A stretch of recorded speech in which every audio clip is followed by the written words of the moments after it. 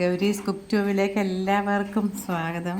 ഇന്ന് നമ്മൾ ചെറിയ നെയ്മീനിൽ തേങ്ങ ചേർക്കാതെ കൂടുതൽ ചെറിയ ഉള്ളിയും കുറച്ച് ഇഞ്ചിയും വെളുത്തുള്ളിയൊക്കെ നന്നായിട്ട് വറുത്ത് പുളിയും മുളകൊക്കെ ചേർത്ത് കറി വയ്ക്കുന്നത്, അതിൻ്റെ കൂടെ കുറച്ച് ചീനി പുഴുങ്ങിയതും കൂടെ ഉണ്ടാക്കുന്നത്. ഇന്ന് ചെറിയ നെയ്മീനാണ് കിട്ടിയിട്ടുള്ളത്. 1/2 കിലോ വാങ്ങിച്ചിട്ടുണ്ട്. ഇത് വൃത്തിയാക്കാൻ ഒരു പ്രയാസമില്ല, പെട്ടെന്ന് വൃത്തിയാക്കി എടുക്കുക. ഇതുപോലെ ചെയ്താൽ മതി. ഇനി 2 വശവും ഒന്ന് വാർന്നെടുക്കണം. അതിന് ശേഷം അതിൻ്റെ തലയും കൂടെ എടുക്കുന്നുണ്ട് കേട്ടോ. നെയ്മീനായതുകൊണ്ട് നല്ല സോഫ്റ്റായിട്ടുണ്ടാവും. കണ്ണ് വേണമെന്നുള്ളവർക്ക് ഇങ്ങനെ മുറിച്ചെടുക്കാം. അതിനുശേഷം വയറിതുപോലെ തലയോട് ചേർത്തങ്ങ് മുറിച്ചെടുക്കണം. ഇനിയിപ്പോൾ നടുഭാഗത്ത് ഇങ്ങനെ ബ്ലഡ് ക്ലോട്ടായിട്ടുണ്ട്, എടുത്ത് കളയണമെന്നുണ്ടെങ്കിൽ കളയാം. ഇതുപോലെ ചെയ്താൽ മതി. മീൻ വെട്ടാൻ എല്ലാവർക്കും അറിയാം, അറിയാത്തവർക്ക് വേണ്ടി കാണിച്ചെന്നേ ഉള്ളൂ. ഇതിൽ കുറച്ച് കല്ലുപ്പ് ചേർത്ത് നന്നായിട്ട് തേച്ച ശേഷം കഴുകിയെടുക്കണം. ചെകിളപ്പൂരിലുള്ള അഴുക്കൊക്കെ പോകുന്നതിന് വേണ്ടി നമുക്ക് ഇതുപോലെ വിടർത്തിയ ശേഷം കഴുകിയെടുത്താൽ മതി. ചെറുതാണെങ്കിലും നെയ്മീൻ്റെ തലയായതുകൊണ്ട് എടുത്ത് നല്ല പഞ്ഞി പോലെ ഉണ്ടാവും. ചെറിയ ഉള്ളി കുറച്ച് കൂടുതൽ ചേർക്കുന്നതുകൊണ്ട് 15 എണ്ണം എടുത്തിട്ടുണ്ട്. വെളുത്തുള്ളി ഒരു 10 അല്ലി, ചെറിയൊരു കഷ്ണം ഇഞ്ചി പൊടിയായിട്ട് അരിഞ്ഞത്.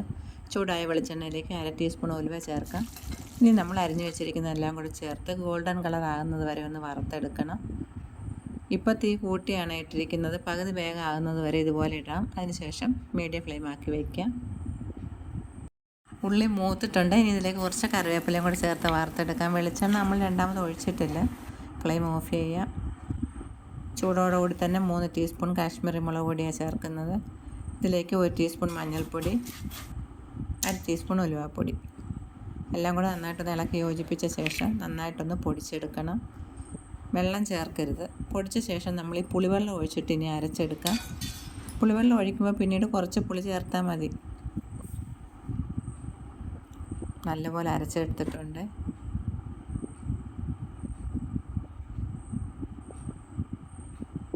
ഇതിലേക്ക് കുറച്ച് വെള്ളവും കൂടെ ചേർത്ത് കലക്കി വയ്ക്കാം. 1 ടീസ്പൂൺ ഉപ്പുപൊടിയും കൂടെ ചേർത്ത് നന്നായിട്ട് കലക്കിയ ശേഷം ഒന്ന് അടച്ച് വെച്ച് തിളപ്പിച്ചെടുക്കാം. നമുക്ക് ആവശ്യത്തിനനുസരിച്ചുള്ള പുളി ചേർക്കാം. പുളിവെള്ളം ഒഴിച്ച് അരച്ചത് കൊണ്ട് നോക്കിയിട്ട് വേണം ചേർക്കേണ്ടുന്നത്. അടച്ച് വെച്ച് നന്നായിട്ടൊന്ന് വെന്ത് കുറുകി കഴിയുമ്പോൾ വേണം മീൻ കഷ്ണങ്ങൾ ഇട്ട് കൊടുക്കേണ്ടുന്നത്. എടുക്കാനുള്ള സൗകര്യത്തിന് വേണ്ടി മീൻ കഷ്ണങ്ങൾ ഒരു ഭാഗത്തും തല മറുഭാഗത്തുമായിട്ടിട്ട് വേവിച്ചെടുക്കാം.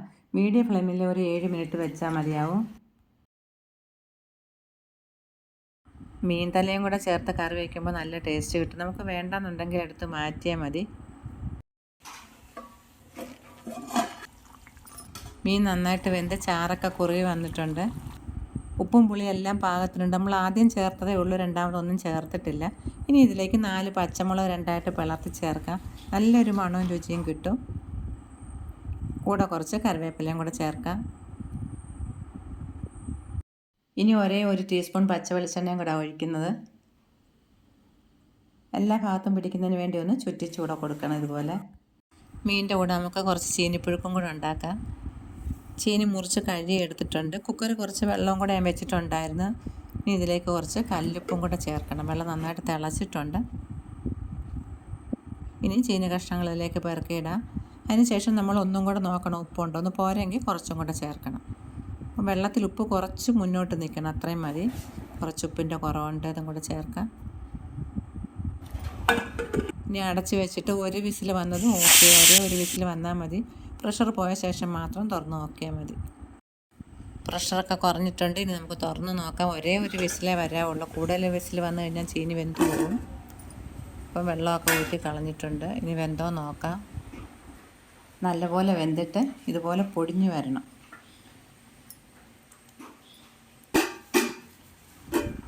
ഇവിടെ ഞങ്ങൾ ചീനി എന്ന് പറയും, ചിലർ കപ്പ, മരവള്ളി, അങ്ങനെ പല പേരും പല സ്ഥലത്തും പറയുന്നുണ്ട്.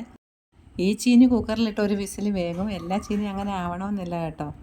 ചീനിപ്പുഴുക്കും മീൻ കൂട്ടാനും നല്ല കാന്താരി ചമ്മന്തിയിൽ വെളിച്ചെണ്ണ ഒഴിച്ചും കൂടെ കൂട്ടി കഴിക്കാൻ നല്ല ടേസ്റ്റ്. വീഡിയോ കാണുന്നവർ നിങ്ങളുടെ അഭിപ്രായങ്ങൾ എന്താണെങ്കിലും പറയണം. വീണ്ടും കാണാം. നന്ദി, നമസ്കാരം.